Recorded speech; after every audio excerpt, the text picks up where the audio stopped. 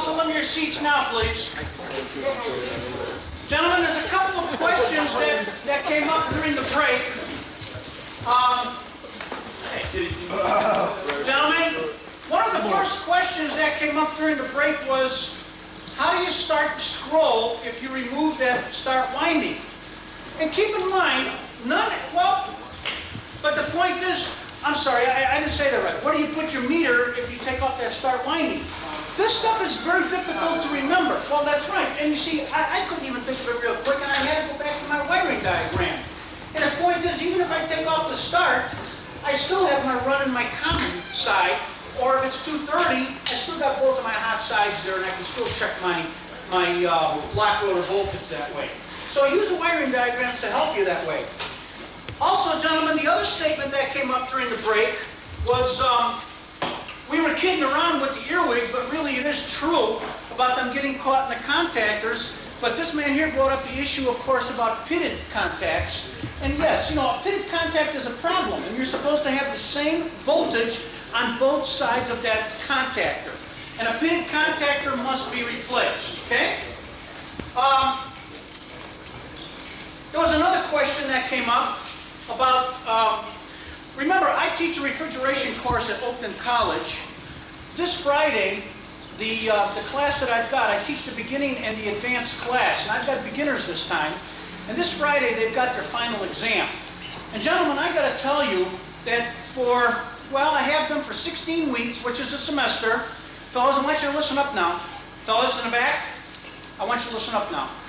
I've got these technicians, these students for 16 weeks, 5 hours a night. What is that, 80 hours or something? 60, yeah, 5 times 16 would be 80, yeah. Yeah, 80. That's not a lot of time in a semester. Don't forget, I'm giving you a very crash course here tonight. And if you're new, some of the stuff is going right over your head, but you will absorb some. I teach students from their late teens all the way into their mid-50s, if you can believe it. I've got career changers in their mid-50s. This is a tough career for somebody to learn in their 40s and 50s. Very difficult. All I'm saying is that everything that's available to you, no matter where you start though, you can learn a lot. You learn by becoming active in a trade association. So one of the other students here tonight asked me about RSES. I'm going to put an 800 number up here on the overhead because it's up to you.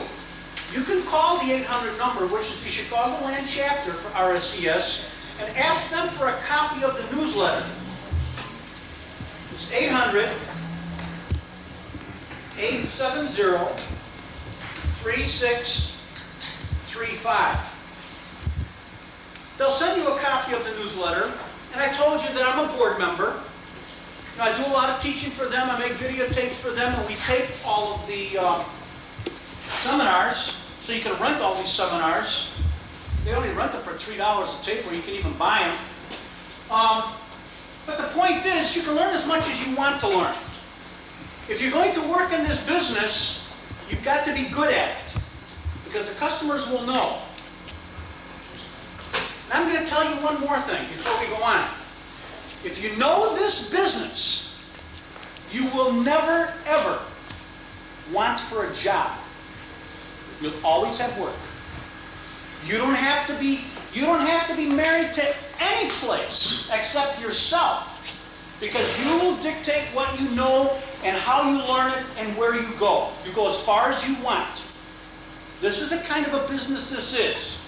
If there's a problem, where you might have a problem, and that's a fact of life. You can always go on. You can go into your own business. The best way is to go into your own business if you're able to do that. But it's up to you to learn as much as you want to learn. This is a great business. You get to know a lot of people. Remember, if you can work with these hands and learn this business, a lot of the general public are very jealous of people in HVAC. I don't know if you know that. I read this one time not too long ago in one of the trade publications. People who know that if you're able to repair heating and air conditioning and refrigeration, they're jealous because you can fix anything. Anything. That's right. Okay, gentlemen, I want to go on. I want you to take a look at the next page. Take a look at the next page. Gentlemen, this happens to be the start kit. Listen up now, because I'm going to give you some real neat details here. This is the potential relay. Watch now. It could be 110 or 220. Let's go through the start kit. By the way, let's just go down here and go through our run winding. We should assume this is all scroll compressors? Makes no difference. See, that's really a good question. And I didn't clarify that. Thank you for asking. We've been talking about the motors only, basically. But a scroll compressor is one kind of a compressor, but a reciprocating compressor with a piston is another one that's used in central air.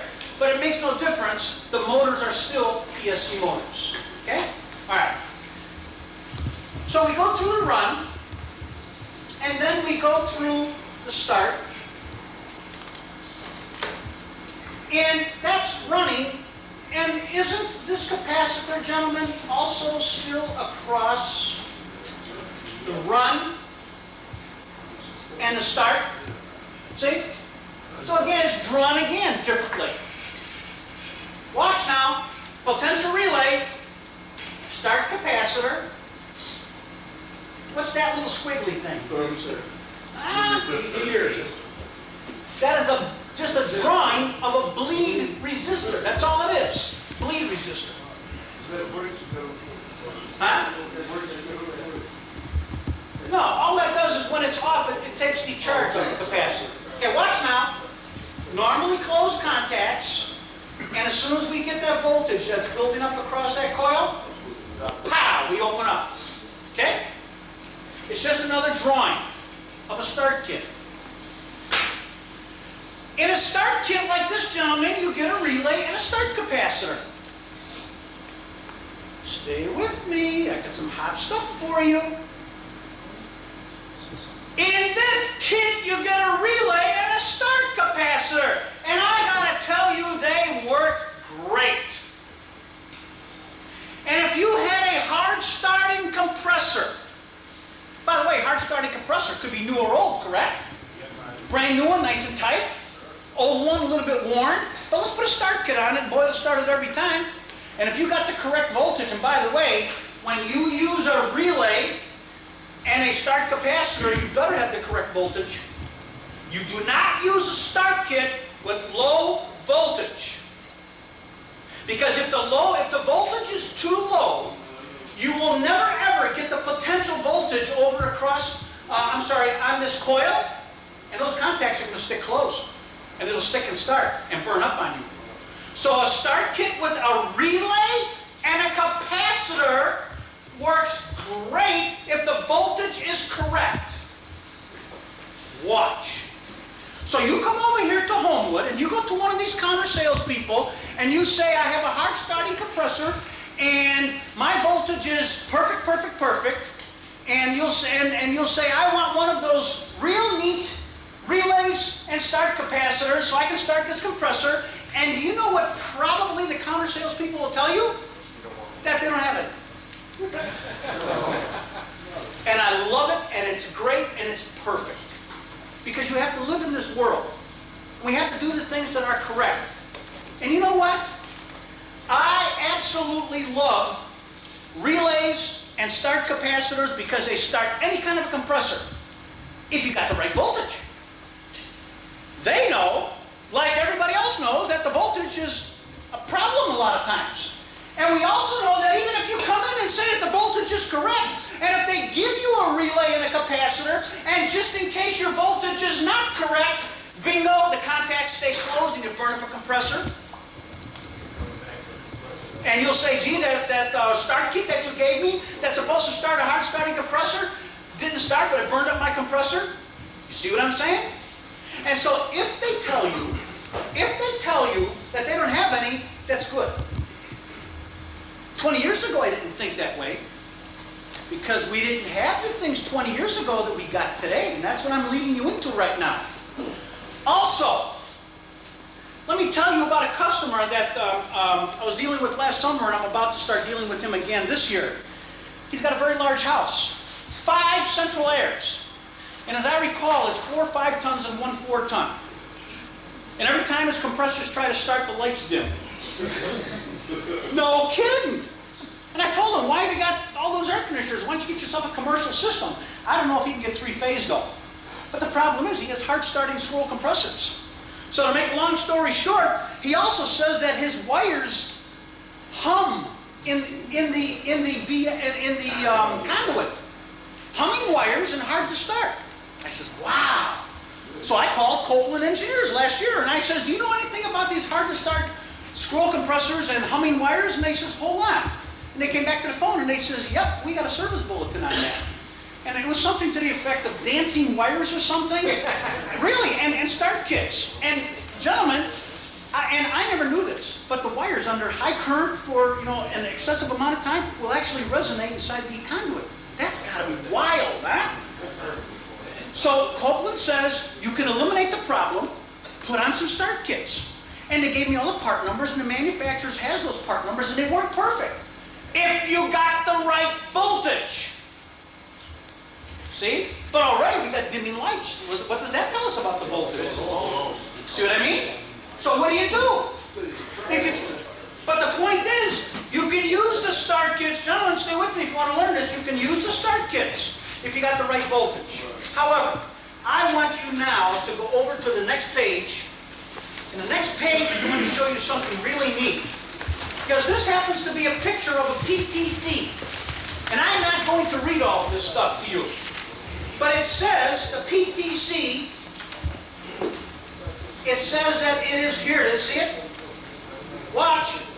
It's a positive temperature coefficient thermistor. Here. Here. I got all my stuff. Here it is. See? It's a PTC, positive temperature coefficient. And if you take this and hook it across your capacitor and start your compressor, it's a direct short, momentary, and then boom, it gets real hot and opens up. And that's true. If you went to touch it on 240, you'll actually burn your hand on it. That's how hot it gets.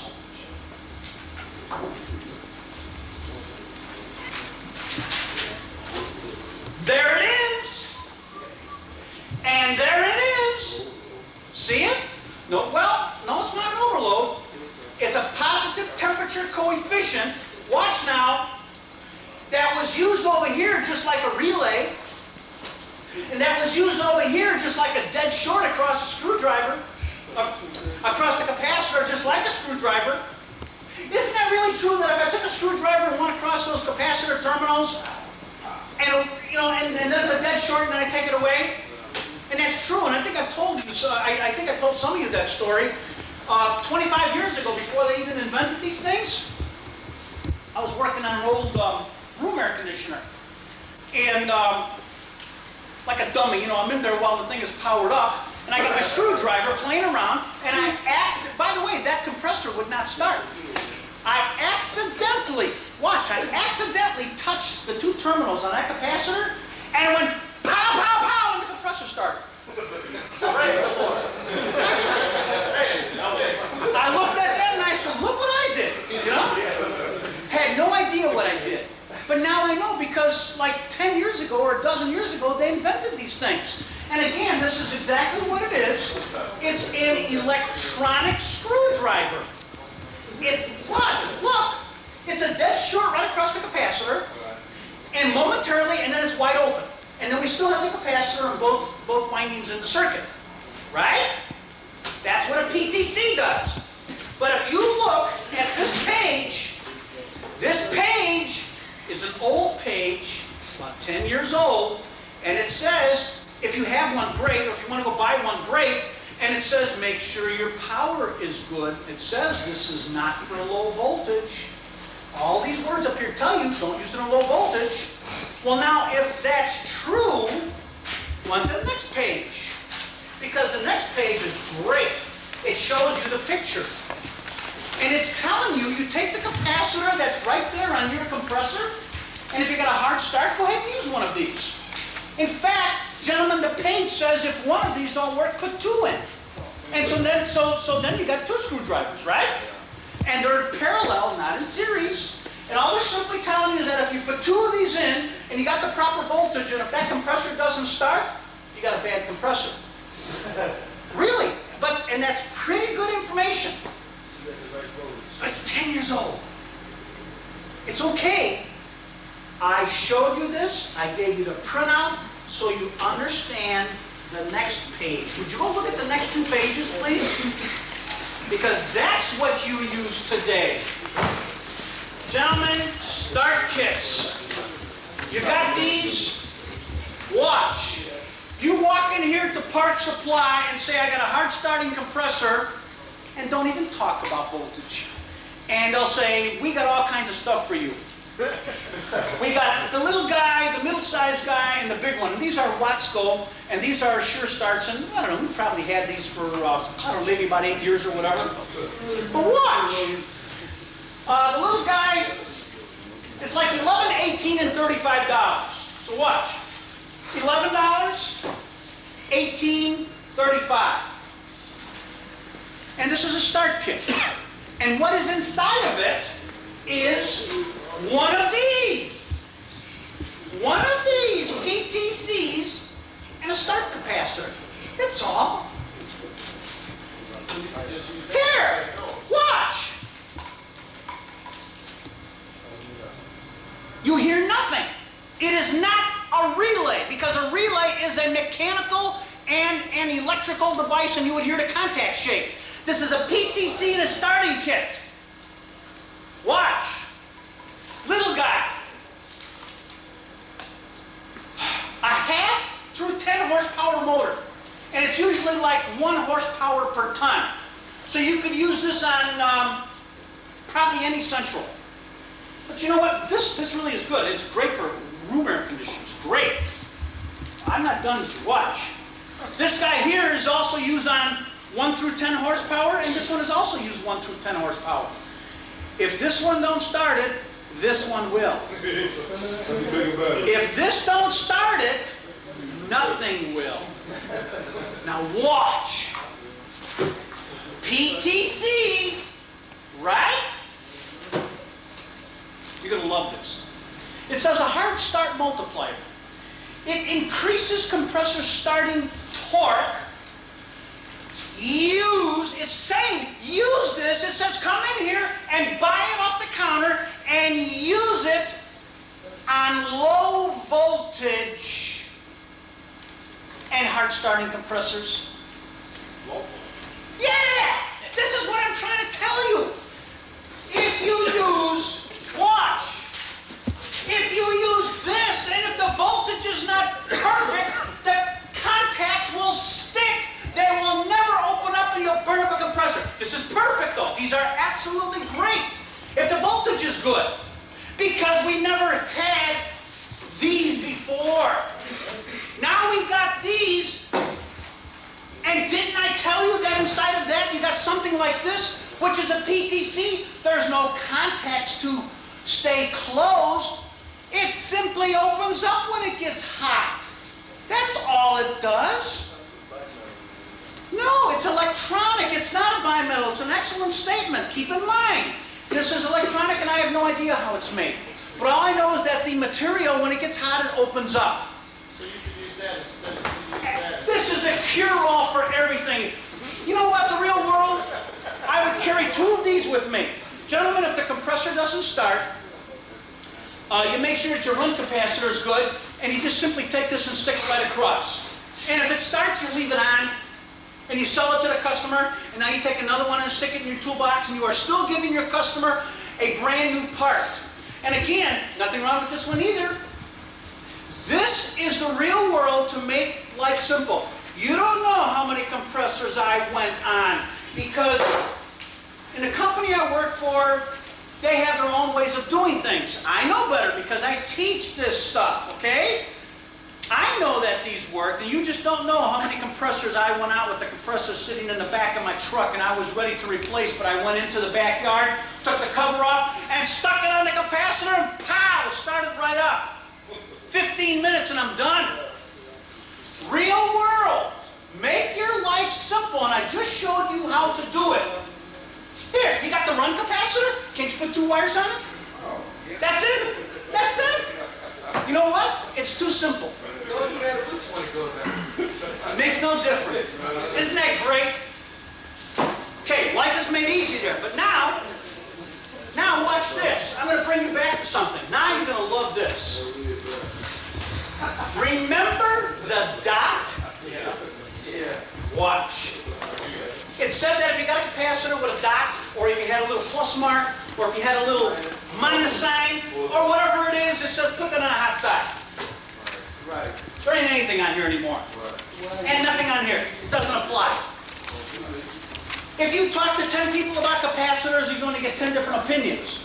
Now you get my opinion, based on 2 seminars and a phone call before the first AC2 class. How about that? Because I went and talked to the manufacturer who makes the capacitors, and I said, I want the 1995 version of capacitors. They confirmed what I already knew, because the first capacitor seminar I went to was like 8 years ago.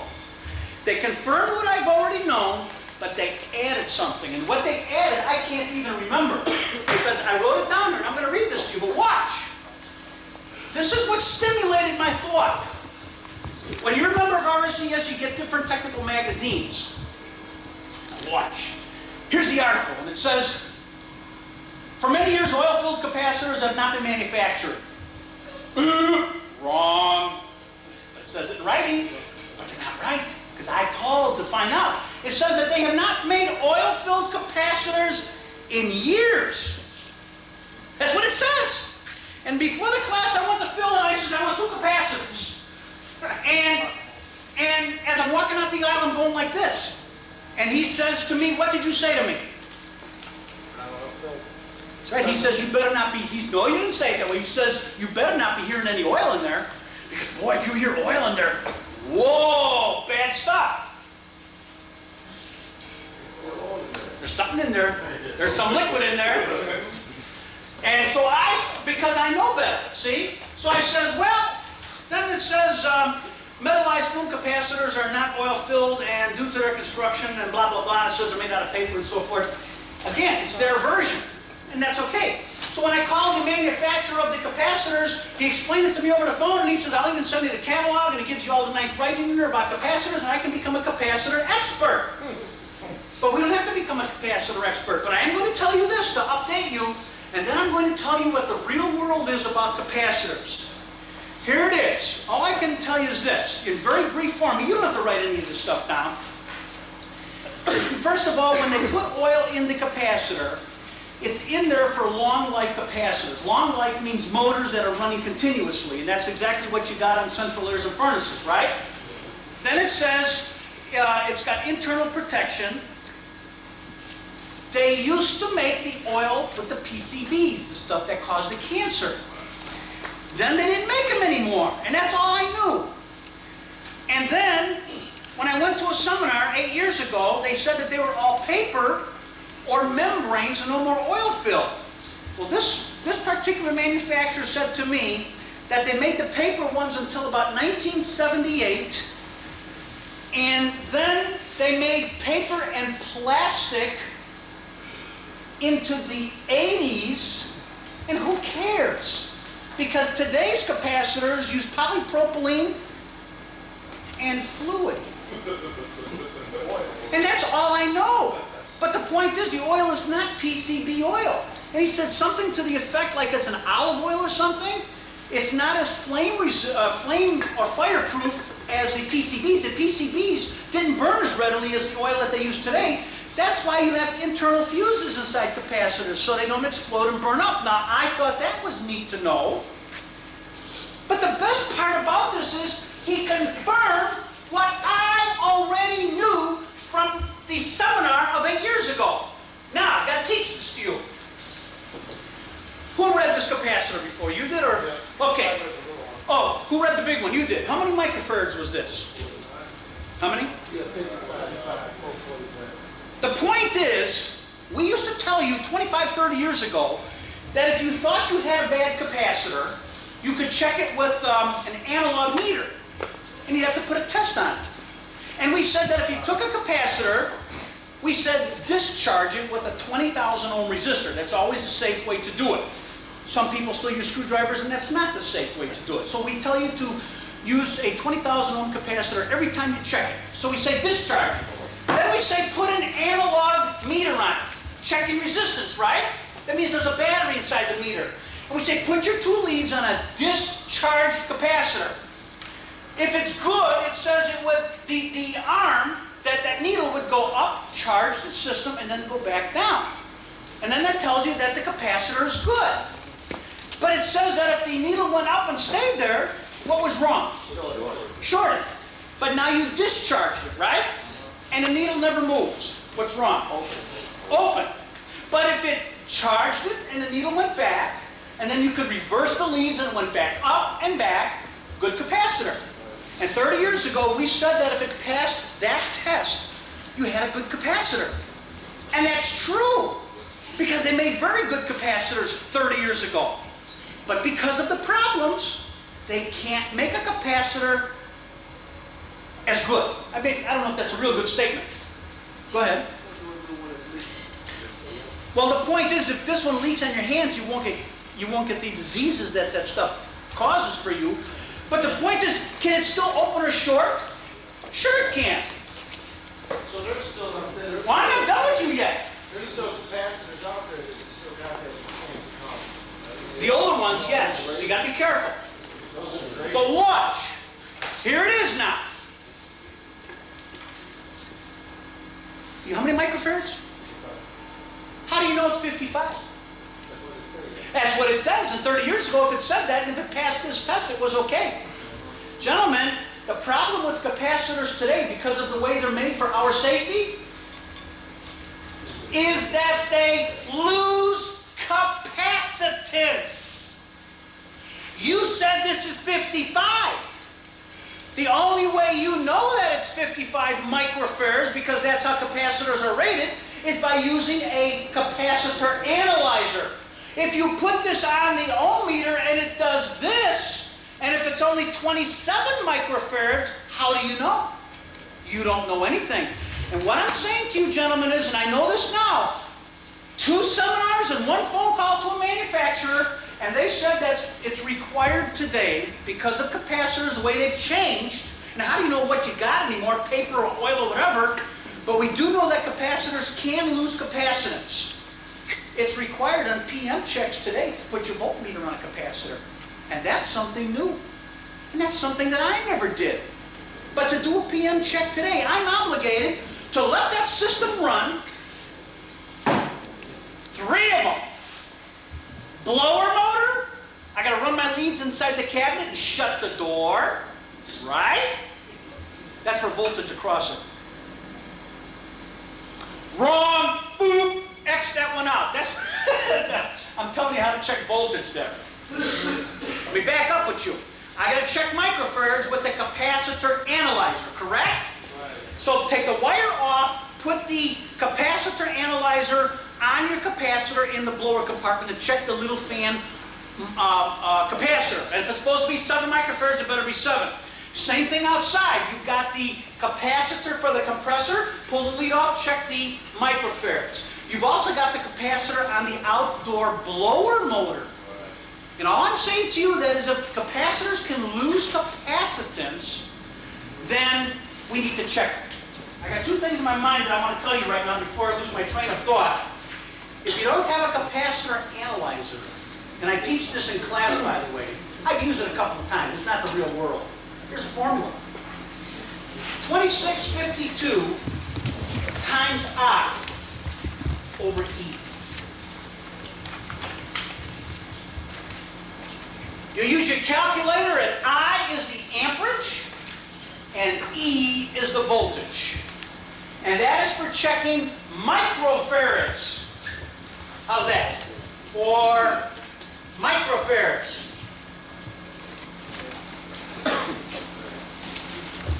By the way, that's for 60 cycle only. There's another formula for 50 and 60 cycle, but why confuse you anymore once you are, right? I is amps, E is voltage. And the trick to doing that is, I is amps, E is voltage. You simply, yeah, you simply take the capacitor, gentlemen, and you take a jumper.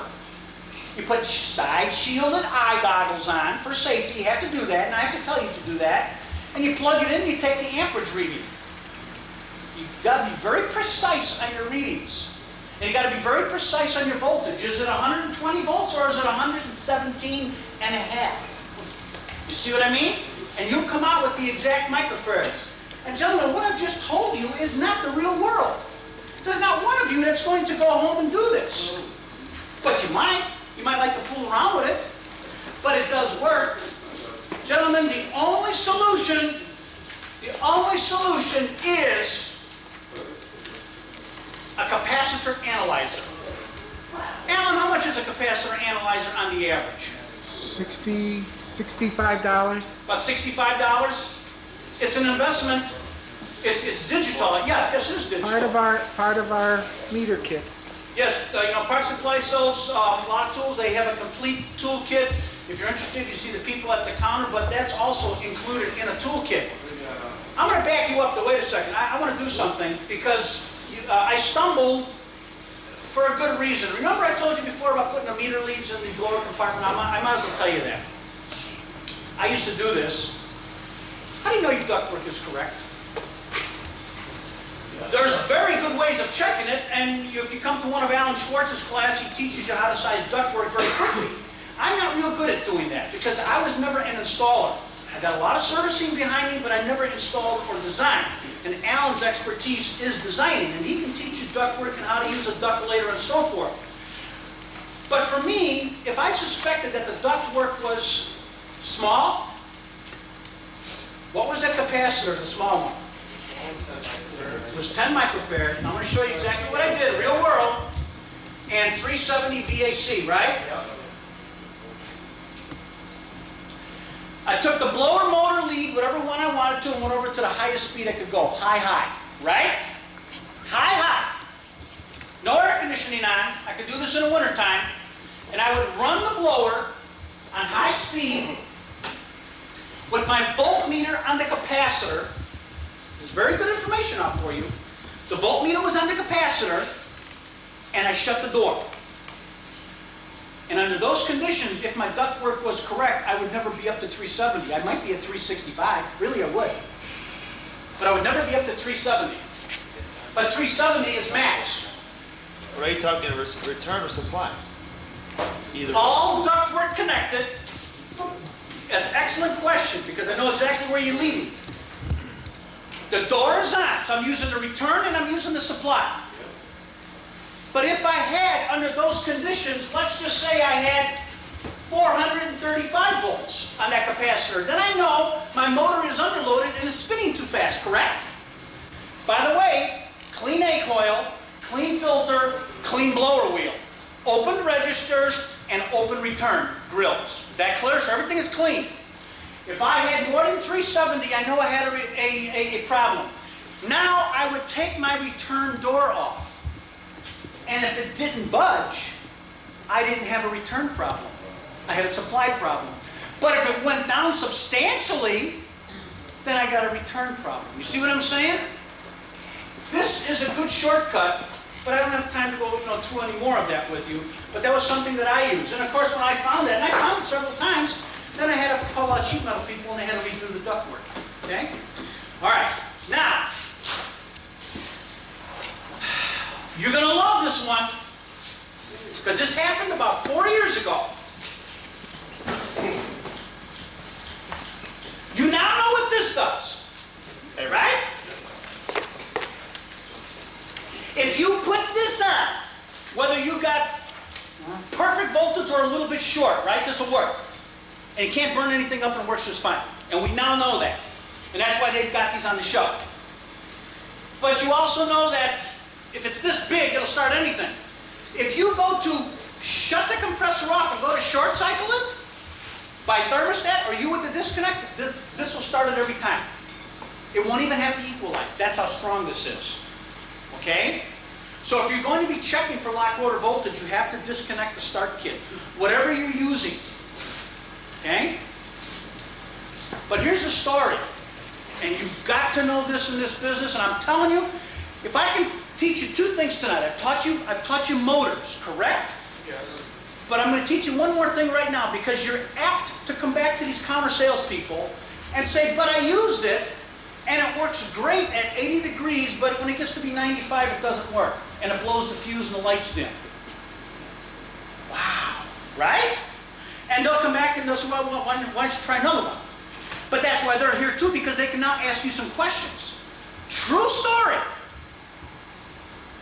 The two technicians, and I know these people for over 20 years, that's exactly what they said. And it happened to be a very hotshot customer, one of the executives of the company that I work for. How do you like that? They couldn't solve this problem. That's terrible. So they came to me and they says, the lights dim when it gets 95 degrees, but when it's 80 degrees it works fine. And I forgot the exact details, but you know, we put in a compressor and we put in one of these guys and it works fine until it gets to be 95 degrees. And at 95 degrees the lights dim. And then the circuit breaker kicks out because it keeps short cycling, keeps going off on the overload. The compressor keeps overheating. And it's got one of these on there. And the point is, it works great when it's 80 degrees. And I said, but did you check the? Charge. And I'm not going to tell you about the yet. No, they didn't charge. And I says, and then they said, oh, by the way, yeah, all the basics, clean air, clean blower wheel, all the registers open, perfectly charged by superheat because it was a capillary tube system. Then they come back with the second compressor and they says, but we replaced the compressor and again at 95 degrees. It was one of these real hot summers that we had. And I said, but did you check the? And they says, oh yes we did. I said, boy, sure sounds strange. And it was something like after the third $700 compressor, plus their labor, same season, the house never cooled when it got above 90, 95 degrees. And I says, please replace the and bring it back to me and show it to me. And that's what they did. They went out and they replaced the compressor with this on it, and they replaced the run capacitor that they said they checked, and they brought it back to me and they says, oh, look at that, Phil, you're right. It was all swelled up and oozing oil, and it was under a piece of sheet metal, and they couldn't see it readily, but they told me that they checked it. And of course, they didn't check it. If they would have checked it, you know what they would have found on a discharged capacitor? They would have found this. Open! Watch! Again, I teach you two things. You learn split phase, PSC, and now you're going to learn how a compressor can work with an open run capacitor and one of these. Watch. Isn't this kind of like what this is? It's kind of like it's a PTC, but whatever it is, whether it be the other one or one of these, it's still across the capacitor, right? So,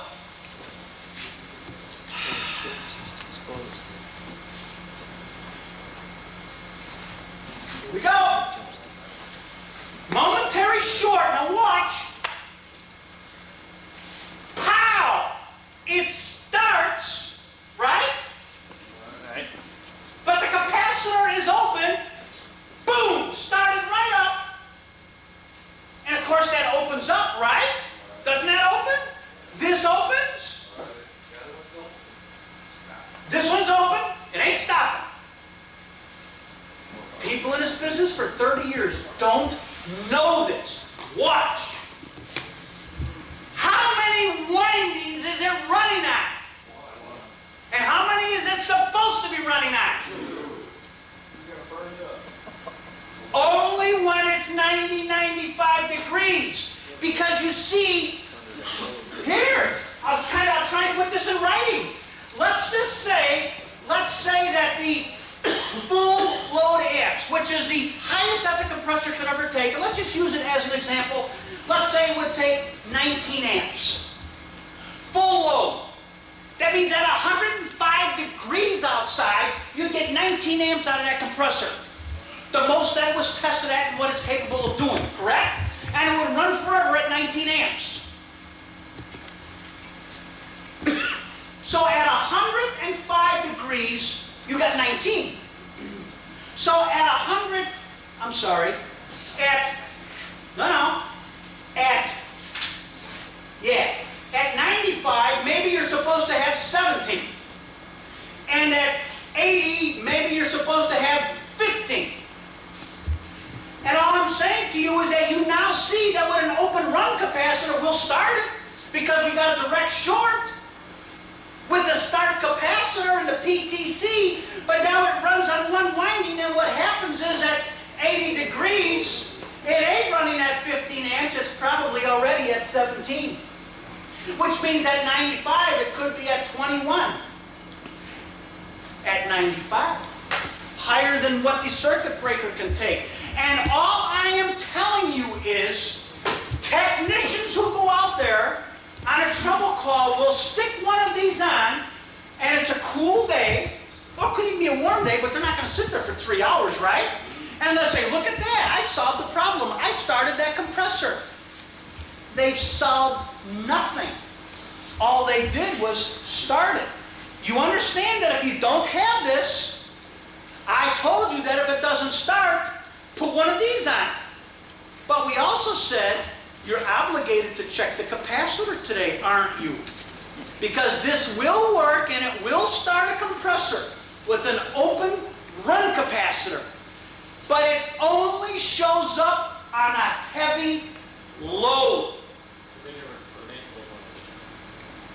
Yes, and again, the amp probe, you're right, but you'd have to have a technical data sheet showing you what you're really supposed to have at 80 degrees.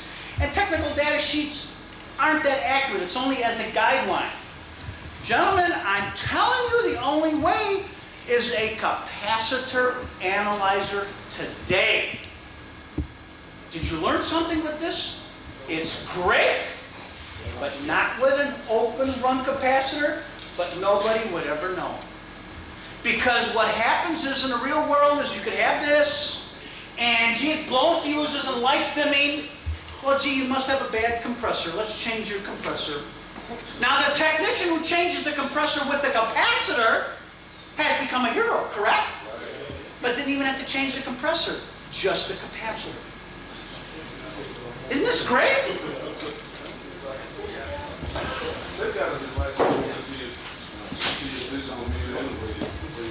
There's all kinds of stuff out there.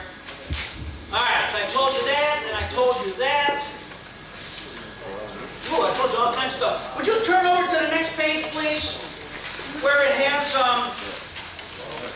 here, you see that page right there? I put that in writing for you also because it tells you the characteristics of a blower motor, whether it be direct drive or belt-driven, which means split phase or PSC, and it's also giving you the characteristics of the fan motor. But again, you now know that everything that applies to a fan motor applies to a compressor too. Okay? All right. Now, let's go on. And what I want to bring you to then is the next page. You've actually got a next page now that is actually what? Page, on the bottom it says 17.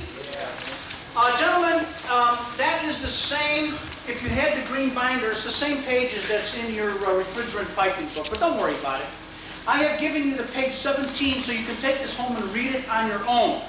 I want you to read about refrigerant migration, and we know that the refrigerant will migrate to the coldest place, which is the lowest pressure. And that's why sometimes we have to use compressor crankcase heaters. So on the right side of page 17, it talks about crankcase heaters. But again, you take that home and read it. Then I also gave you page 18. And on page 18, it says about the pump down cycles. And I'm not going to confuse you, but I'm going to give you some stuff to work with up here. Is it possible that we could have a line set, and I want you to write this down. Can we have a line set that is over 30 feet? Over? Sure, and well, that's right, but I'm just talking about what we're going to put on it. We can also have one that's over 60 feet. We can also have one that's over 90 feet. I want to give you the Ream manufacturing recommendations. If you have one that's over 30 feet, you want to put in a crankcase heater.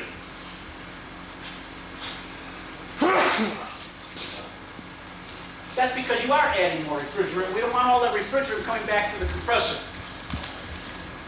And then if we are having something that's over 60 feet, we also want you to put in a crankcase heater plus an accumulator.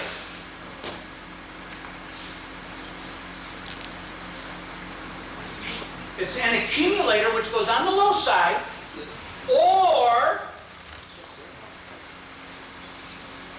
a pump down cycle.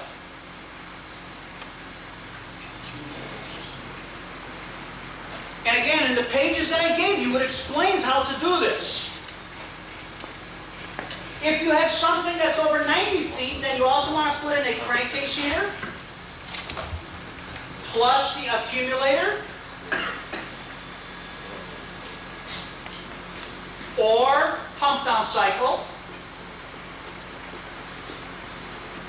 plus a low ambient kit. And what I've just given you is some very hot information on how to protect your compressor. And in those 2 pages, you can read about it, as I said, make it very clear. I'm also going to stop you now and tell you something, because in Air Conditioning 1, I had made a statement about some of this material here. You know what I had said to the group? I had said that if I had something that was 90 feet or whatever, because at the time we were talking about oil tracks. And I said, geez, if I go up to 100 feet, Ream says I don't need any oil traps per the specifications. And I said I wasn't comfortable with that. And I made a mistake during Air Conditioning 1, and that's why I want to make this very clear to you right now. I had said that I wasn't comfortable, and that even if I was going 5 stories or whatever, I said I'd be calling the counter people and asking them for permission and so forth. And you know what? That was not a good statement to make. One of our managers reminded me of something. Keep in mind, gentlemen, I was never an installer. And that's why some of these things were a little bit hard for me to understand. But this is the 90s. And he said to me that the engineers have put the specifications in the book for a reason. They have given you the specs that work. Don't question the specs. Install it the way it's supposed to be installed. And then if you got a problem, then you start making phone calls and asking for help. But he says there isn't any reason to go questioning the specs. That's what the engineers do, and that's what they get paid for. And I can accept that now. So even though, and again, because I'm not even very familiar with this, because I've never installed. But if I do, I've got specifications that were pulled right off of a technical data sheet, and I passed them on to you. So is that clear then? You have to use all the information that's available to you and follow the rules. That's all we're saying. Okay? All right, I'm going to erase this now, and I want to go on. Now, the next item in your book is what? That's specifications. Take a look. I want you to take a look at the specifications in the middle. You see where it says steel installable accessories?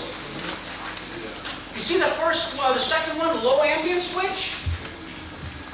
What's the temperature on that? How far can you go down? 0. Yeah. You go all the way down to 0. Look at this thing. Field installed accessories. It says on a low ambient switch, it says that you can go down to 0 degrees. And that means you can use this in very cold weather, and the low ambient kit simply stops the fan. It interrupts the fan, it shuts it off, and lets it build up pressure. And that's kind of neat. But don't forget, I've never had that experience. But it's really a good application. So if you got the barber shop, they might run this thing when it's 40 degrees outside because they got 25 people in there. And they really can use it with a low ambient kit. Okay? All right, that's the reason I put that in there. I'd like to go on. What's the next page now? Oh, yeah. Here we go. Gentlemen, you're going to learn a few things here now. You take a look, and I have given you the pages. What is it on the bottom? Page 8 and 9? And I think that was it. Just those 2 pages. If you did not attend Air Conditioning 1, you could read page 8 and 9 and learn just about everything we talked about for charging methods. Just on 2 pages. But I do want to bring you back to the very beginning of page 8, where it says Evacuation Procedures. And you know, it says that we can evacuate the system, and in the, let's see, the fourth paragraph down, you see where it says that after the system has been leak checked and proven sealed, you connect the vacuum pump and evacuate to 29.9 inches? Now, in other parts of the book, you're going to see to evacuate all the way down to 300 microns. Now, 29.9 or 300 microns is pretty darn close to almost a perfect vacuum. Now, before I go on, you have another page right after page 9, and that happens to be the picture of the vacuum pump that Park Supply sells. I'd like you to take a look at the very, it's right after page 9. Yeah, it's this picture right here. How many microns does that pump pull down to? Whoa! You know what that means? I'm going to show you. I'm going to show you. Watch. We would like you to pull down to 300 microns. Correct? Watch. I don't draw real well, but if we had a column of mercury sitting in a bowl, and if I have a hose connected to the very top, I could pull a vacuum. Now, am I actually going to be, here, I'll draw a picture of a hose, big deal, right? So if I pull a vacuum, am I going to suck that mercury up? No. I'm going to be removing the atmospheric pressure. And then the pressure comes down and it pushes the mercury up. Well, if I can suck that or have it pushed all the way up to 29.92 inches, that actually is a perfect vacuum. In other words, it will actually, I can suck the atmosphere out and the atmospheric pressure will push it up to 29.92 at sea level. Perfect vacuum, and nothing is a perfect vacuum. The best vacuum pump that we have pulls down to 25 microns, which is very close to 29.92, but it's not a perfect vacuum because 0 microns is 29.92 inches. What does all that mean? Watch. If I can actually, well, you know, I'll show you the instrument that they use, and it's called the Mercury Manometer, and I use one of these for years. And it's actually sealed up here. And we put a hose on this end over here, and it's got a little restriction down in the bottom. And it starts off at about this level and all the way up here. And when you start pulling the vacuum, it will move at about 25 inches of vacuum. And the point is, when you bring that mercury down, and if I'm actually, this is all solid now, full of mercury, and if I actually look at that thing level, and if one side is identical to the other, that's a perfect vacuum, 29.92 inches, and I know I can't reach that. So I want to be able to pull down to 300 microns. That means 300 microns within a perfect vacuum. What that means is, this side over here is actually, I'm going to exaggerate it, it's actually going to be here, and this side over here will be up here. It won't quite be as high as this one. It'll be within 300 microns of being perfectly level. And what that means is,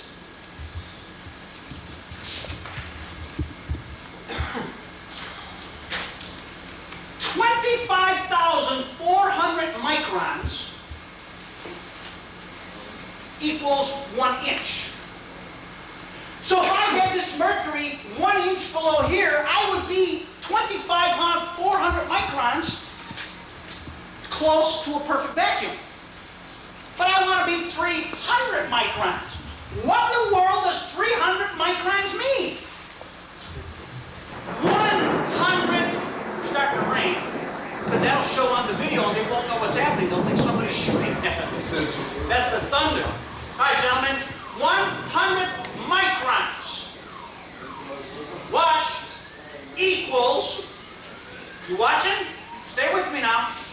100 microns equals the thickness of one human hair. If you can read that. 100 microns equals the thickness of one human hair. And that means when you are within 300 microns of a perfect vacuum, you are within the distance of 3 human hairs of a perfect vacuum. So a micron is a measurement. Does that make sense? Your eyeballs cannot see that the mercury here is lower than over here to the thickness of 3 human hairs. We can't see that, and that's why we use micron gauges. But this is true. We can use a mercury manometer, and it's a very accurate gauge. A micron gauge is very accurate. We probably don't have any. Do any of you have a mercury manometer here? Any of you have a micron gauge? Very good. Couple. Good. Gentlemen, if you use a micron gauge or a mercury manometer, it will tell you a lot of things. It'll save you time. Watch. Here we go. You pull down to your 300 microns. The book will tell you you can even triple evacuate. You can pull down to 1,500 microns and then break the charge with some nitrogen. That's the perfect way of doing it. Do that twice and then pull it down to 300 microns. You shut off your valve on your vacuum pump and let it sit there for 10 minutes. And if it stays at 300 microns, that's it. No leaks. If it goes up and stops, oh, by the way, if it goes up and doesn't stop, what's happening? You got air coming in, so you have a leak. But if it goes up and stops, you have moisture. You have a little bit of speck of moisture that evaporated and created pressure and stopped. But that's how you use a manometer or a micron gauge. But gentlemen, the real world is, a lot of us use gauges, correct? So pull it down to your 34 inches of vacuum.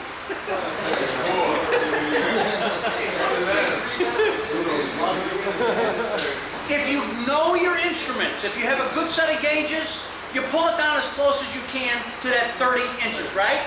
Shut it off and let it sit there for 10 minutes. If it doesn't move, gentlemen, you're okay then. That's the real world today. Perfect world is the micron gauge or the mercury manometer. But the point is, you need to invest in tools that help you do this kind of work, okay? All right. Anyhow, what you learned right here, gentlemen, you learned about what a micron is now, okay? Now, that may have been a mystery to you. Okay, let's go on. Can we go back to page 8, please? Page 8. Okay. Gentlemen, stay with me. We're almost done. We've got about another 20 minutes or so. On page 8, it talks about checking the refrigerant charge. This is in the previous page. I brought you over to the vacuum pump. Now back up 2 pages. Go back 2 pages. I got to talk over that rain out there now, huh? Gee. So there's nothing like making a videotape where it's raining cats and dogs, huh? All right, but that's no problem, right? I talk loud enough. Is everybody on page 8? Here we go. Checking the refrigerant charge. I'm not going to go through that with you. We did that in air conditioning 1. And if you didn't attend, you read it. But take a look at page 9. Final leak testing. Gentlemen, I told you that I would talk to you about leak checking, leak testing, right? Real world. Are leaks hard to find? Wow! What a challenge, huh? All right, here we go. I have to get through leak testing.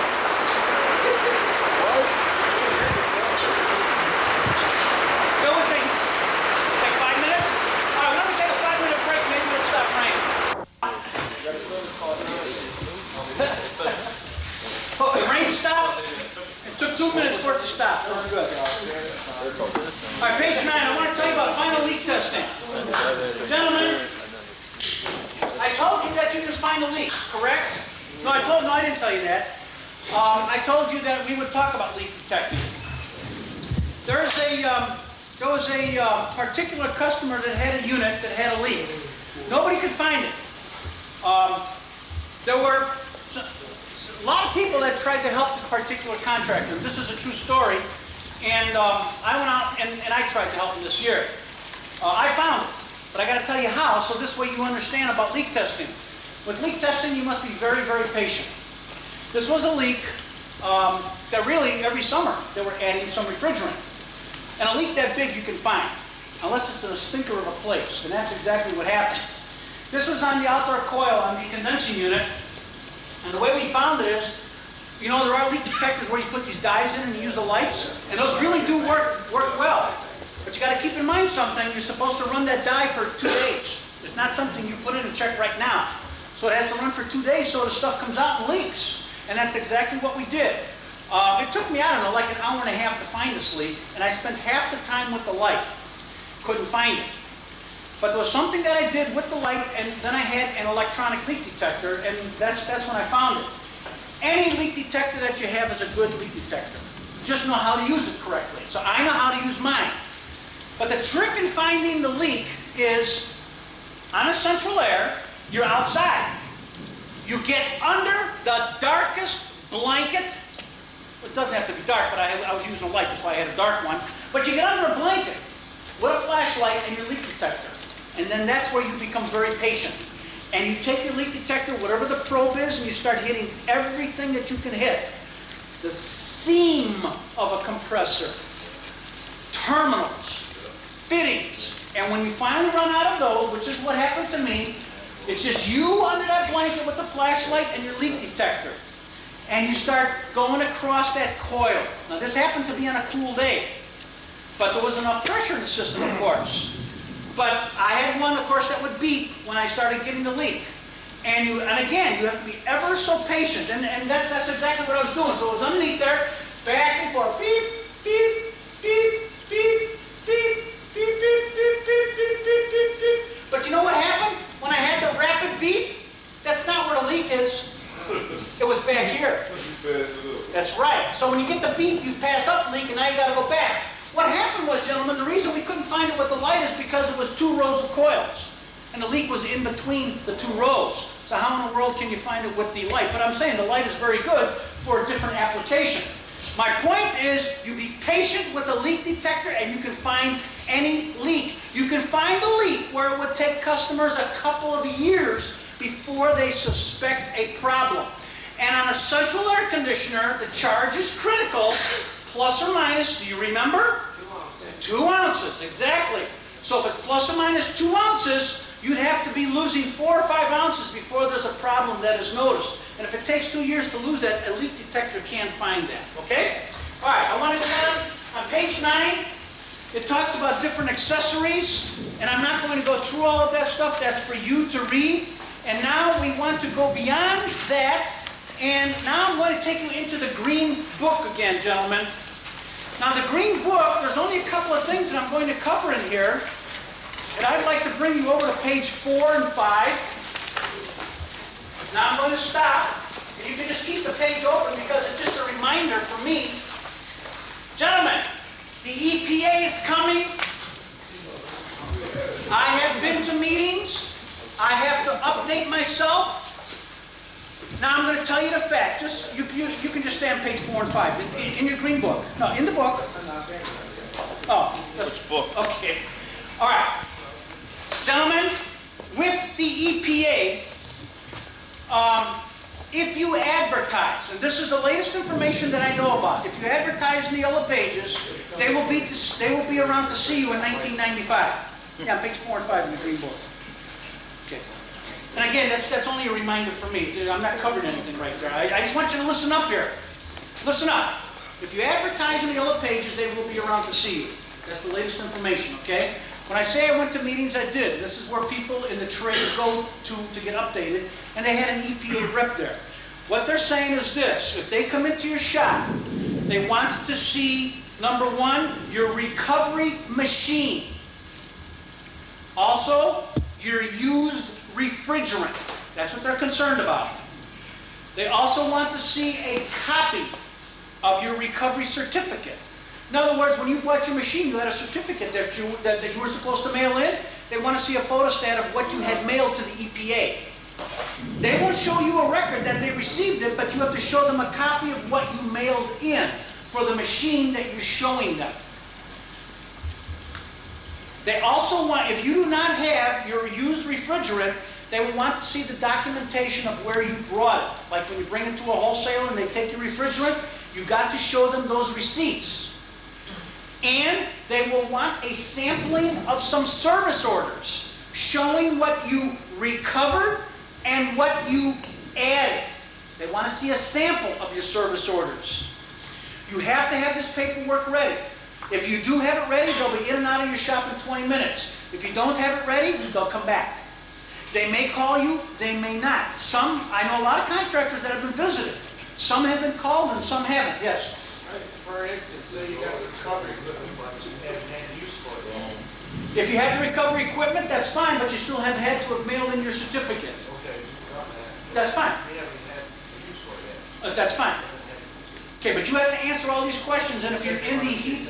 I'm sorry? They just want to see your tank then, right? Well, yeah, they would want to see your recovery tanks, but if you're in this business, you either are adding refrigerant or you are recovering. When you're installing a new unit, you have to recover that old refrigerant, 3 or 4 pounds or whatever, and it's got to be somewhere when you are installing a new unit, and they want to see that documentation. They claim that they are only looking for blatant violators, and they are on the side of the contractor. So, and that's good enough for me. The point is, you have to be ready for them when they come, and I've given that information to you now. Okay? All right, I want to go on in the book, go over to page 7. We're almost done. I've only got a couple more things to do with you. On page 7 now, in the book, what's that thing up on the top? It's a dryer. Remember when we replace dryers, we install a new system? We always install a high-side dryer close to the metering device, pitched down, never horizontal. Okay? When we replace a low-side dryer for a burnout, all dryers are pitched down. So the big low-side dryer that a lot of technicians will install horizontal capture lots of oil. And we talked about low oil causing compressor failures. Low-side dryers either are mounted inside the cabinet or on the wall on the suction line, or they have dryers that have ins and outs on the very bottom. But the dryers have to be vertical, and again, especially a low-side dryer, because it will just capture a ton of oil. It's an oil trap. Okay? All right? Take a look at page 7. You've also got pictures of your start kits. That's the relays and the capacitors. There's a wiring diagram. That's for the perfect voltage we talked about. I want you to keep turning pages, and I want you to go over to page 8. Just go to the next page, page 8. Take a look at your service valves at the bottom. We said that we would talk to you about brazing. Gentlemen, okay, on page 8. Yeah, we're on page 8 in the green book. Yeah, you're not in the green book. Page 8, okay. Now, on the bottom of page 8, you see the service valves. Technicians are frightened to braze service valves in place. Now, I'm going to tell you the real world. There are various methods of brazing. You're either going to use material that will flow from anywhere from 1100 to 1400 degrees, or you're going to solder at 400 degrees. If you solder, it's 95.5 or stay bright. I do not solder because I did not grow with soldering. Soldering is the real world for other contractors, though. And I believe that it's okay if you know how to do it properly. You have to clean properly and flux properly and don't overheat, and it does work. But if you solder incorrectly, you're guaranteed a leak. Is that clear? Don't use it if you don't know how to use it. And I don't know how to use solder. But the contractors that are reputable who use it love it because they can take it apart easily. But they're very good at it, and that's fine. I braze with sulfates. Now, if you're going to solder one of those valves that's on the bottom of page 8, there's only one way you're going to solder. Braze it. If you overheat it, you screw up the valve. You have to take a wet rag and wrap it. Not a damp rag. A wet rag. Right out of a bucket. And you wrap it. And now you heat it to your 11, 12, 1300 degrees and you use your silver brazing alloy. And you braze it. And if you don't have the right torch tip, it'll never work. And that's the trick, and that's what I wanted to tell you tonight. If you don't have the right tip, you come in and see the counter salespeople. You either use, Trustolite, it's got their tips. What's the word I'm thinking of? A turbo tip, thank you. Turbo tips are excellent, but use the right size. Don't use a little scrawny thing. That's for soldering. That's right, no, use the big one, not for 95.5, for brazing. See, brazing's got to be hot, but you got to get over the heat of the wet rag, excuse me. If the rag is sitting there absorbing the heat, you got to get a torch hot enough. So use the big tip and learn how to use your torch, and it'll heat up like this. I like oxyacetylene, and when you get good with oxyacetylene, you do anything, okay? Oxyacetylene is fast, even with a rag it's fast, and you braze, but keep in mind, if you get it too hot, what's happening on the inside? Well, no. Gentlemen, keep in mind, two issues. We got the wet rag, so the valve doesn't get hot. So we are beyond that. We have a torch that heats it up quickly. But if the copper gets too hot, we got the copper oxide inside. That's exactly what I'm talking about. This is what you use nitrogen. You bleed just a little bit, almost no pressure, but exactly while you're brazing. But if you don't use it, what I'm telling you is real world stuff here. If you don't use nitrogen, you get in, you braze it, and get out. Stick a dryer on there. If you've got the copper oxide, and if you got a liquid line dryer, it's got a big filter, and it'll capture the copper oxide.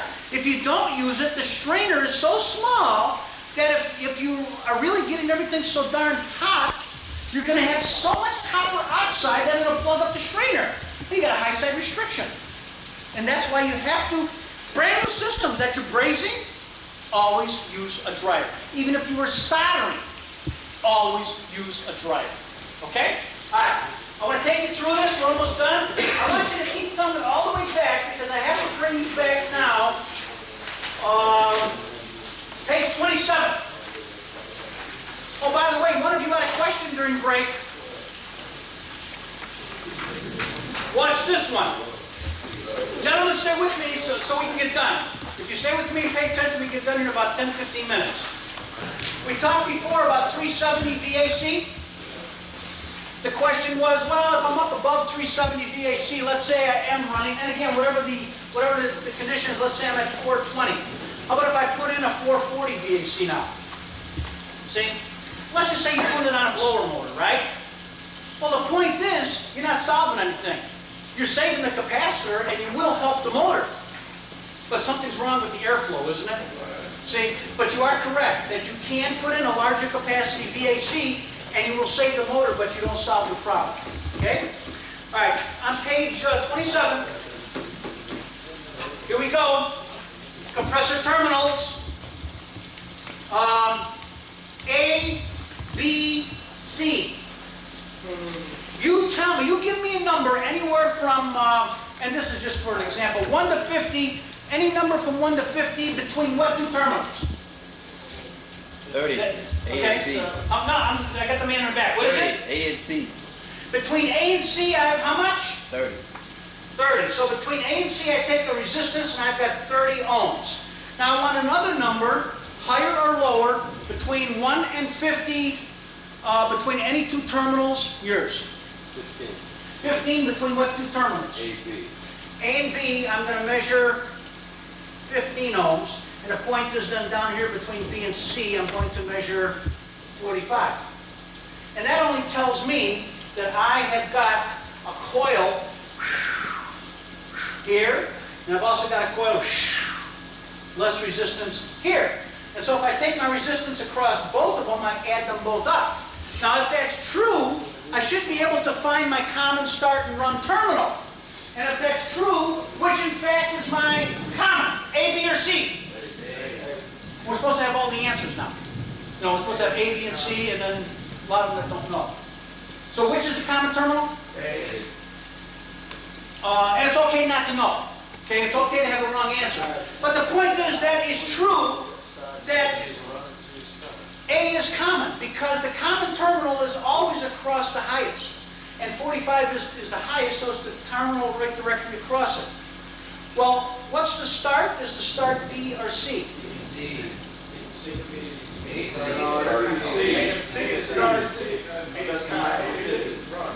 C is start, B is run. And the reason is, gentlemen, you got to know this in this business, the start winding is always thinner wire, more turns, higher resistance.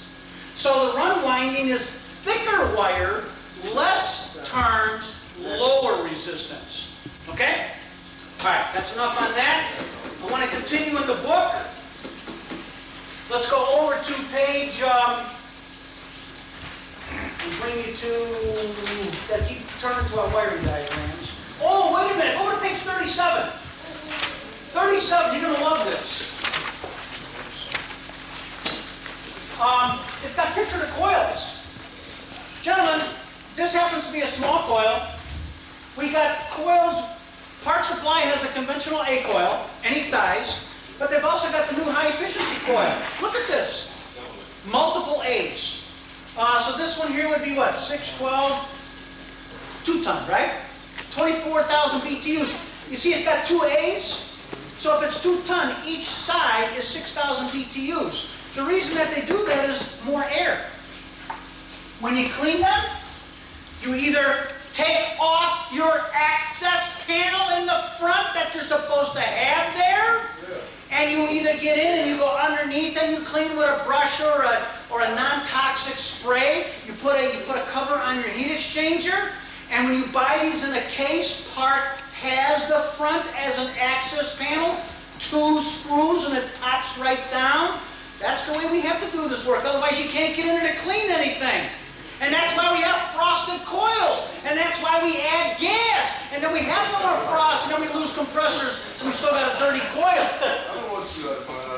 Also, gentlemen, on the larger ones, watch this, on the larger ones, we actually have holes in here, too, that exist, and you can actually get inside there, too, with a spray. If you take a look at the pictures on page 36 and 37, it shows you some of the larger ones, and you can put them vertical and horizontal and so forth. There's all kinds of instructions that come with that. I want to continue, though. Just keep turning the pages over to page 40. We have to go to page 40. I got to get you through wiring real quick, and then we're almost done. Here we go. This happens to be the time delay for a scroll, so it doesn't start up too soon and run backwards. Here we go. Low voltage up on top. Now watch. Low voltage through the contactor, and then we come over there. Do you see that electronic time delay has a normally closed switch? Okay? It's actually normally open, but they're showing it to you in the closed position, but it's not a switch. It's electronic. It's only a drawing to show you what's happening. Okay, so it is a time delay. I'm sorry, the switch actually is normally closed. And let's go up here. I'm sorry, what? It's a time delay, let me think. It's a time delay, so we have to be able to complete the circuit. So if it's a time delay. Delay and make. I forgot. Delay and make. Is it normally open or normally closed then? It's normally closed. Normally closed in order to make the circuit. It only stays in for a fraction of a second. Okay, and again, that's why we get to be electronic with it, though. And it's not a mechanical switch. Bring that up. Okay, let's go through here. What's an HPC? Pressure. LPC. HGS. Hot gas sensor. That's the little bimetal that's in the top of your compressor that says that we have to open it up if it gets too hot. Okay? So the point is, we're going to come down here, and then we do actually now have that contactor energized. That's the coil of the contactor now.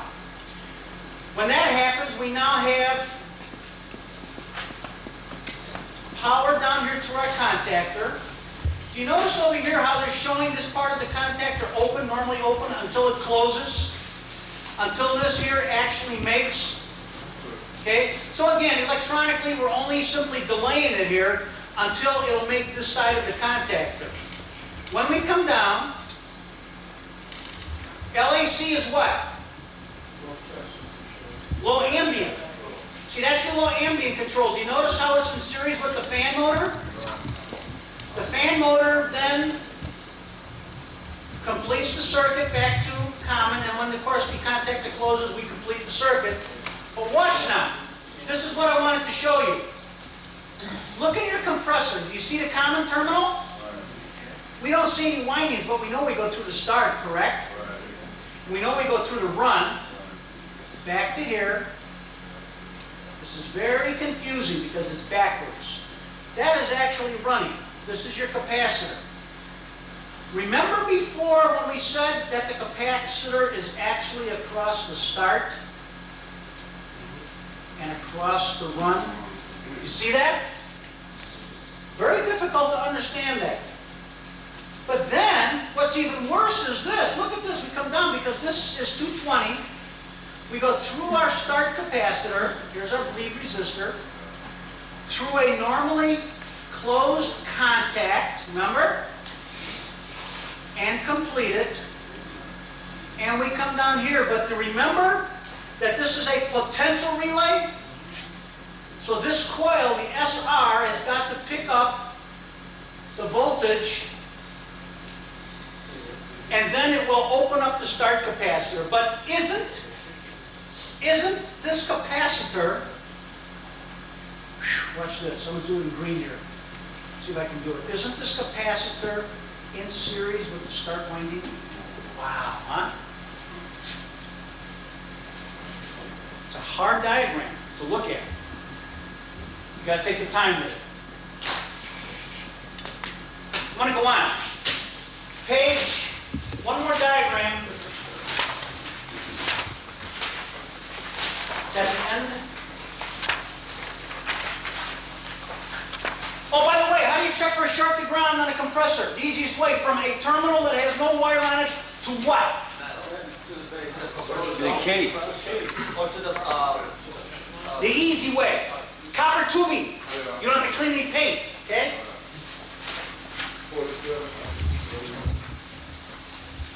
Oh. Page 57. Have to do this. Have to do it. Recovery. We have to recover today. There's all kinds of ways of using a manifold, gentlemen. We can use control valves on the ends of our hoses. Then we have total control of our hose. We can have either nothing left in the hose or a full charge of refrigerant in the hose. That's why we use control valves that pierce the Schrader, and we can shut them off.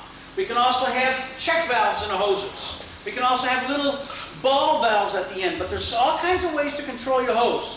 But whether we are recovering or whether we are evacuating, the real world today is that you've got to have two of these. Okay? Here we go. You're a high side. You're a low side. And you are a recovery unit. Now let's see, who holds us to it? Watch. On the low side, because we can recover and evacuate better through a large hole than a small restricted hole, right? So we go in, remove the core, shut this off, take this off, and of course this is on the system, and what I meant was that now you put your hose on it, and now when we recover, open it up. How fast can you pull down a 3-ton central air, recover it? On what temperature outside? And again, in class we'll get 10, 15 minutes, 2 hours. Cheapest machine you buy, vapor. Don't even have to buy an expensive one. Gentlemen, if it takes more than 15 minutes, there's something you're doing wrong. That's why I'm here to show you this. Recover your system in 15 minutes, and you actually spend no time recovering. Because while it's recovering, you're taking more tools out of your truck. Is that clear? So you spend no time except to hook this thing up here. So remove the core. Let's go back and do it. Huh? Oh yeah, the core is in here. And now I'm using this. Here we go. Low side. I'm going to show you the trick now. 15 minutes recovery. High side. Run a split system. You're a recovery pump. Open the low side. Vapor machine. Go get your tools. And by the way, when you came into the yard, you also had your heat gun with you. Sure. Heat gun. 15 minutes. If you want to do it in 15 minutes or 2 hours. You take the heat gun and you stick it, you take the top off and you stick it by the compressor on the sump of the compressor. Heat the oil, because the oil has refrigerant in it. And if you don't, it'll boil off and that compressor gets very cold and sweats, and it'll take forever to get low pressure refrigerant out of the system. But if you keep that heat gun on there, it'll keep it plenty warm while you're getting the rest of your tools. Once you come over here and you're almost down to zero, then you can even open up this one here, and it'll pull the system down and it'll shut off at 10 inches of vacuum. And you are recovered. I'm telling you, 15 minutes and that's it. But the trick is 2 things. These guys, you buy these from the counter, or, I'm sorry, these 2 and a heat gun. If you don't use the heat gun, I'm guaranteeing you, you're pulling that off before it even shuts off because you haven't got the time. Okay? Is it okay to use that though? Is that the same thing as low loss fittings? The EPA said you have to use those. Yes, there's all kinds of fittings today. As I said, there's many different versions of it. But what you're attempting to do is have some kind of control valve on all 3 hoses. And you can do anything with it. There's all kinds of ways of evacuating with your gauges. There's all kinds of ways of charging. There's no one way of doing it. But keep control of your hoses. In other words, instead of having a blank hose that you're going to say, oh, I better put it up here now, so, and I'll screw it up here so it doesn't get contaminated. You don't have to do that. Just have a valve on it, and then you wrap everything up. Okay? Anyhow, that's, again, a method. All right? We've already talked about these things. We're almost done. I want you to go over to... By the way, how do you clean out a burnout? Can't use 11. Replace the whole lines and all. How about real world? Because there are many ways of doing this, right? Can you blow it out with nitrogen? What are you blowing out? All the lines are full of burned up stuff, right? Can't you back flush it? You can't purge into the atmosphere, so you can't just flush 11 or 22 through it. But you could fill it up and let it come out into a recovery unit, or you could also cool off a new recovery cylinder. You could even, I'm talking about a bad burnout. Let's say you want to flush out the whole condenser. Isolate it, cut your lines, hook up some fittings and hook it into a recovery tank that comes out of a freezer, and flush yourself a couple of pounds through it. How much is our 22 today? Maybe a couple of dollars a pound? So spend $6 or $8 and flush out a system, and still put your low side dryer on it, and still change your compressor, and even work on blowing out your evaporator. There's all kinds of ways. You can fill it with liquid, and then back flush it right back out of your manifold set into a cold recovery cylinder, because that will accept it quicker than a recovery unit. So you really can flush. But again, that's entirely up to you. I find that a lot easier than changing the dryer and then maybe having to come back and test the oil for acid, which is a good way of doing it too. I would rather flush, but that's me. You figure out your own way of doing it, whatever you're comfortable with, okay? All right. Page, one more wiring diagram, page 66.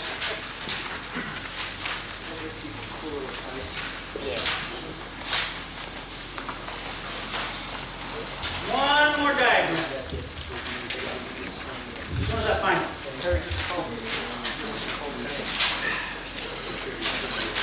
Here we go. Page 68. Sorry, wrong diagram. 68. Here we go. One more item.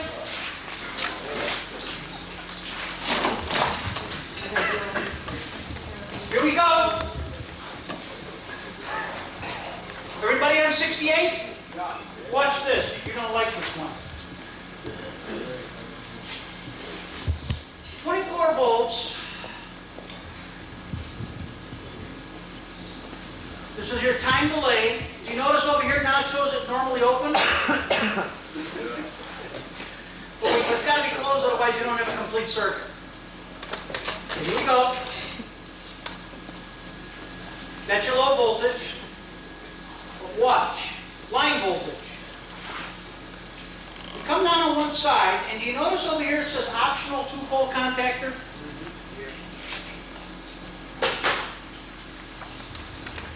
Be careful. Today we use one-sided contactors, which means the system is live all the time. Be careful. About 4 or 5 years ago, when I was teaching a class over at Oakland College, we heard about a young man who worked for a contractor. He made a mistake, and to make it very simple, he's dead. He was in his early 20s, very sharp, made a mistake, and dead. Since that happened, I used that information for some good.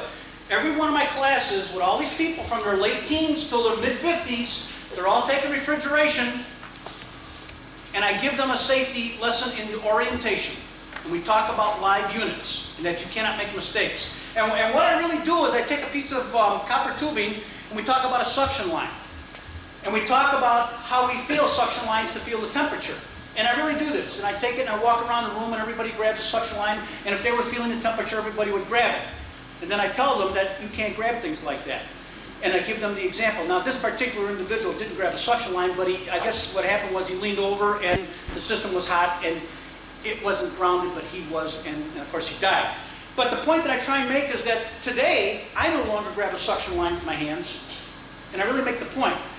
And you cannot even grab a suction line like that. You must touch it with the back of your hands for safety. Because if it's live, and if you are grounded, and if you grab it, you cannot let go. Or if you touch it like this, and it is live, and you are grounded, your muscles will contract, boom, and you cannot let go. And you have no concept of what that means unless you have actually been electrocuted. But I'm serious about this, because if I ask any of you here, have you ever been electrocuted? Most of the hands will go up. And I got news for you. You weren't electrocuted. You got jolted. And you moved quickly. You got zapped. You got shocked. I have been electrocuted. I remember it, gentlemen. About 30 years ago, I was moving and I'm going to tell you exactly how it is because I can explain to you what happens, and I understand this today. I was moving a metal shelf in my garage, and my kids were out there with me. It was very hot, and I was in my shorts, bare feet. The BX was hot. I just moved in. I'm jacking this thing back and forth. Really, now my hands are around the metal, right? And I was holding on. Take it for what it's worth. On this diagram here, we're saying to you, if that's a one-sided contactor, all we're saying is that the system is live on this side. Because most of them are made that way. It's a little bit less expensive and it works fine. You have to be careful. Always make sure that your disconnects are not jumpered, you know, and we've all seen that. Okay, so let's get through this wiring diagram. Oh, look at this. Low ambient control. Look at this. 1 or 2 fan motors, huh? Kind of neat. You know why? Watch. Look at this. It's a 13 SEER unit. Kind of neat, huh? 13 SEER. Got 2 fan motors. Optional. Here we go. Let's go through common to start and run.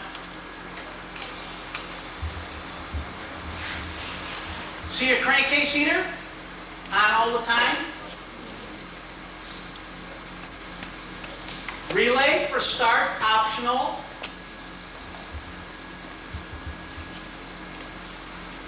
One last thing, here we go. Isn't this capacitor wired across the start and the run? So what kind of a motor is it? Split phase or PSC? PSC, yeah. Can you still use one of those premises on this since it's only got the one contactor? Using the same what? You still use that premises to jumpstart this? You know this one has... Oh, that makes no difference. No, because even if, okay, I see what you're saying. The point is, if I got that capacitor there, even if I want to put it, even if I wanted to put one of those start kits on, whatever we use, whether it be a thermistor, PTC, or start kit, and I'm still going to put it across the run capacitor, that's all. So whenever we use it, we're just simply putting it across the run capacitor. We do not use a start kit on a start kit. We would not use that here because we have this start kit with the relay. This, by the way, comes with it. So we want you to use we want you as a contractor to sell a 13 SEER with good voltage. And then this here works fine. Okay? I don't know if that answers your question, does it? Yeah, well, I thought at one time they said, if you do that, you're energizing the compressor and burn it up. Okay. No. But you're thinking of it, I understand. Years ago, they were using a separate capacitor on one side of the system with a one-sided contactor, and it was used as a compressor crankcase heater. But that's a different wiring diagram. That wouldn't have anything at all to do with starting component stuff. Okay? But you would have to study that wiring diagram all by itself to see where the other capacitor is used in series with the run winding. Okay? All right. One last thing, gentlemen. In the last pages now, we're almost done. I got to take you to compressor changeout. You have the last. It says technical communications. Go right over here to technical communications.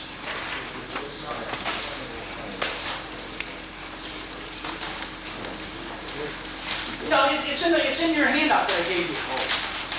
Yeah, it's beyond the green book. It's in all the pages that I gave you, and it says Technical Communication Center. It's the very last half a dozen pages. Has everybody got it?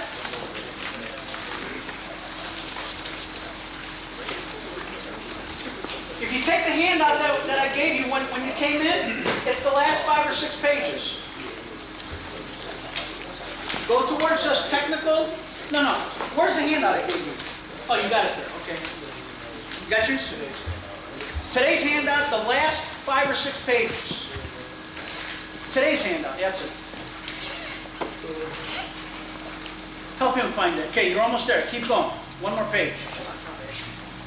Has everybody got it? You got yours? Yeah, you got yours now? Okay, has everybody got it? This is compressor changeout procedure, and we have covered everything in here already that I have talked about. However, I want you to go down to where it says general. Do you see the first paragraph, the last sentence? Look at all the equipment you got to have. Recovery machine, vacuum pump, voltmeter, ammeter, ohmmeter. I'm on the 3rd or 4th paragraph down, right underneath where it says general. First paragraph there. The point is, gentlemen, we have to have a lot of tools today. You have to invest in tools. I had a technician call me the other day. He wants to do everything right now. I mean, he's brand new in this. He said, I want to go out and get all my tools. I said, start out slow. You don't need to be doing sealed system work. The company that he's working for wants him to do clean and check overs. He said, no, I want to do all the sealed system work. It takes you years to learn how to do sealed system work properly. Start slow. Buy your tools as you go along. Okay? Take page 2. We already went through this, checking compressor windings and capacitors. And by the way, gentlemen, on the bottom there where it talks about using an ohmmeter to check capacitors, it simply is telling, it's an excellent statement. It says you can check a capacitor to see if it's open or closed, but you cannot check its capacitance.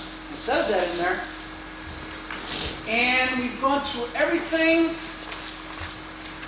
And go over to page 4. Do you see page 4? You see how the pages are numbered at the bottom? Look at the first paragraph on page 4, that number 2. Take a look at the last sentence in that first paragraph. See what it says? You never leave the original dryer in the system once it has been opened. How do you remove a dryer? Cut it. Right. You cut a dryer out. You never unbraze a dryer. Because the moisture that it holds, it gets hot, and then it steams off, it boils off, and that moisture goes right back into your system. So you always cut a dryer off. And let's see, page 5. think we've done all of this with you already. I think we have done. Gentlemen, one last thing. I told you that there were two very important things that I wanted to make sure that I got across to you. You now know the difference between motors. You know how to diagnose the motors that run the compressors. One last thing. What else causes bad compressors? For everything that we've done tonight. A bad contactor, very good. Tractor. What else? Bad contractor. Oh, no, it doesn't. C-O-N-T-A-C, this is contactor. Contractor. No, bad contractor, right. How about earwigs, huh? What else? What is it? Ooh, mismatch, very good, I like that. And a mismatch could be anything. Different size compressor, different size coils, huh? Different condensing unit, it's not a mass condensing unit coils. That would be a mismatch, right. Or leave the old A coil in and put in a whole new condensing unit, that could cause it. Okay? The point, gentlemen, is there's all kinds of reasons why compressors fail. We should have helped you diagnose some of these. The bottom line is you came here, you spent like almost 3 hours with me. You got to have learned something in this crash course.